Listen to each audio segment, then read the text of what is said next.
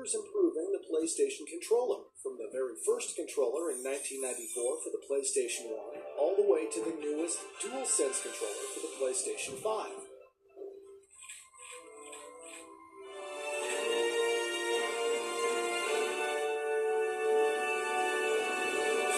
This is the evolution of PlayStation controllers. The Nintendo PlayStation was supposed to be a Super NES console with CD-ROM capabilities. The controller. Designing a new controller wasn't easy though. PlayStation made all kinds of consoles. The first PlayStation was released in 1994, and with it came the first PlayStation controller. The controller was clearly inspired by the SNES controller, but it added two handles to make the controller more ergonomically comfortable and adding grip. The buttons were largely the same, except that two shoulder buttons were added to give players more options. This was extremely important since PlayStation focused on 3D games. These games required more buttons to navigate through the 3D environments compared to the flat surface of the 2D games that Nintendo was focusing on. Ken Kutaragi, former chairman and CEO of Sony Computer Entertainment, said that designing the controller took just as long as creating the console. They wanted to make sure that the controller was comfortable and not too heavy in any situation. This included them lying on the floor while gaming. PlayStation also introduced the iconic square, triangle, circle, and cross symbols on the face buttons. It became a PlayStation trademark, which became incorporated heavily into the PlayStation brand. The increasing popularity of 3D games led to Sony exploring new ways to give users more freedom over their movements in 3D environments. That's why Sony created the revolutionary dual analog controller in 1996. Like the name suggests, it added two analog sticks, which has to be one of the best features ever added to a PlayStation controller. With the release of the new controller came two analog-capable titles. These were Toggle 2 and Bushido Blade.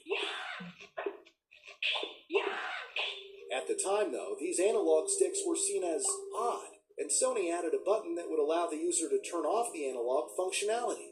The dual analog controller featured rumble support in Japan. This feature was removed in all overseas iterations, including the United States. Rumors at the time said that Nintendo had attempted to legally block the controller outside of Japan due to similarities with the rumble pack in the Nintendo 64's controller. However, a Nintendo spokesman denied it and stated that Sony only wanted to keep the price of the controller down by removing the rumble support. 1 year later, Sony introduced the DualShock controller that featured the rumble support. It was basically a dual analog controller that vibrated, which was a big deal at the time. Unlike its predecessor, the analog sticks featured textured grips, longer handles, and slightly different shoulder buttons. The analog sticks also added two more buttons when being pressed. These features were heavily emphasized with titles like Spyro the Dragon, Final Fantasy VIII, and Crash Bandicoot 3. Due to the success of the DualShock controller, it became the default controller for the PlayStation. Fun fact, the DualShock controller received an Emmy Award for peripheral development and technological impact of video game controllers. In 2000, the PlayStation 2 was released with a new controller, the DualShock 2. The design of the new controller looked very similar to its predecessor. However, the controller was lighter. Analog sticks were black rather than gray with the DualShock. That the controllers looked similar, except at the time. Consoles were expected to launch with entirely reimagined controllers. If we look at Nintendo, we can see that the SNES had an entirely different controller compared to the Nintendo 64. In 2001, the GameCube was also released, yet again, with a redesigned controller. But the most notable difference was the pressure-sensitive buttons, which gave players the ability to softly press the buttons. This feature could be used in racing games like Gran Turismo. If players press the button softly, the car will go slow, while if they press the button fully, the car will go full throttle. This also applied to driving in the most sold game for the PlayStation 2, Grand Theft Auto San Andreas.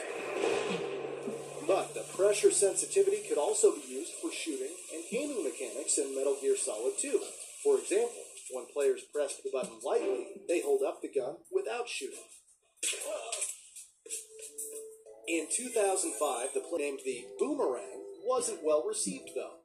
The former CEO of Sony Computer Entertainment, Ken Kutaragi, also known as the father of the PlayStation, wanted a completely different controller for the PlayStation 3. Teiyu Goto, the designer of the Boomerang design, said, "Quite frankly, we had set aside the ergonomic aspect in favor of the image it conjured up. We wanted to present an avant-garde model for the show, running a risk of being criticized. Sony knew that the slightest change could annoy players and decided the risk wasn't worth taking. So they went back to the drawing board and looked at how they could improve the DualShock 2 controller while keeping the layout mostly similar." Fun fact, while the Boomerang never came to market, it was quite revolutionary. If players were angry and threw away the controller, it would return flawlessly. The PlayStation 3 was officially released in 2006, and with it came, of course, a new controller named the 6-axis.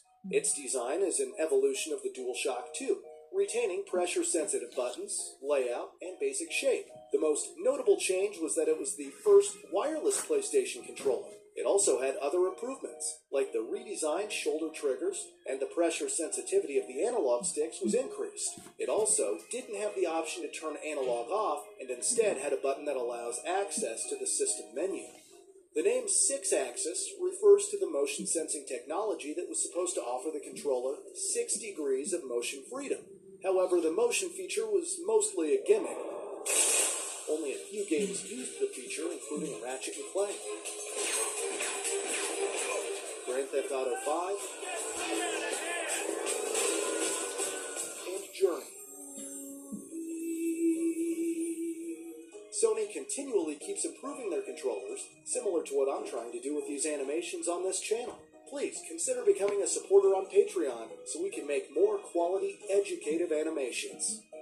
The DualShock 3 replaced the 6-axis as the standard PS3 controller. It features the same design and function feedback capability. The DualShock 3 was originally intended to be bundled with the PlayStation 3 at launch. However, Sony was in the midst of a lawsuit involving patent infringement claimed by Immersion. The legal battle led to a decision to remove the vibration capabilities of the controller, and instead of releasing the DualShock 3, Sony released the 6-axis. Nintendo achieved a massive success with the Wii. In fact, the Wii sold way more units than the PlayStation 3 or the Xbox 360. The PlayStation Move was Sony's answer to the Wii. It was a motion game controller released in 2010. While the device was generally well received by critics, there wasn't an expansive library of motion games like the Wii had. In total, 15 million units were sold, but the device did not live up to Sony's expectations. Sony used cutting-edge technology in the PlayStation 3, but this led to a lot of problems for the company, which we already discussed in the evolution of PlayStation. Thus, Sony kept things simple with the PlayStation 4 and emphasized what worked for the PlayStation in the past. We can clearly see this with the new controller, the DualShock 4. The design closely resembles its predecessor. A new feature is the touchpad on the front of the controller. The DualShock 4 also has mono speakers, redesigned triggers and joysticks, supports motion detection, and has a dedicated share button that allows players to upload screenshots and videos from their gameplay experiences. The top of the controller features a light bar, which can show light in different colors. This feature is used, for instance, in Grand Theft Auto 5, where the light bar flashes red and blue when a player is wanted by the police. It was more comfortable than any of its predecessors, and it added a variety of useful features. But most of all, it stayed true to the core concepts of the PlayStation controller, which players came to love. Some players experienced wear issues with the rubber surface on both analog sticks. Version 2, which had more durable rubber on the analog sticks, a light bar on the face of the touchpad, and an improved battery life. There were also special PlayStation 4. At the end of 2020, the PlayStation 5 was released. With the PlayStation 5 came an entirely new controller. Sony moved beyond the DualShock line and made the DualSense controller. It features a new design with a two-tone coloring scheme of black and white, rather than just one single color. It also has adaptive triggers, haptic feedback,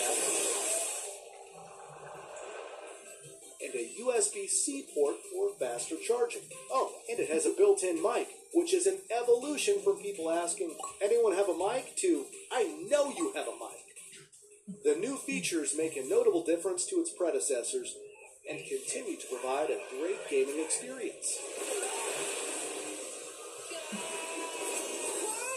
Over the last 27 years, Sony has continually kept innovating their PlayStation controllers, while still keeping core elements that gamers all around the world love. And I'm sure we can expect many more improved PlayStation controllers in the future. I'd love to hear how you think the PlayStation controllers can be improved further. Let us know in the comments.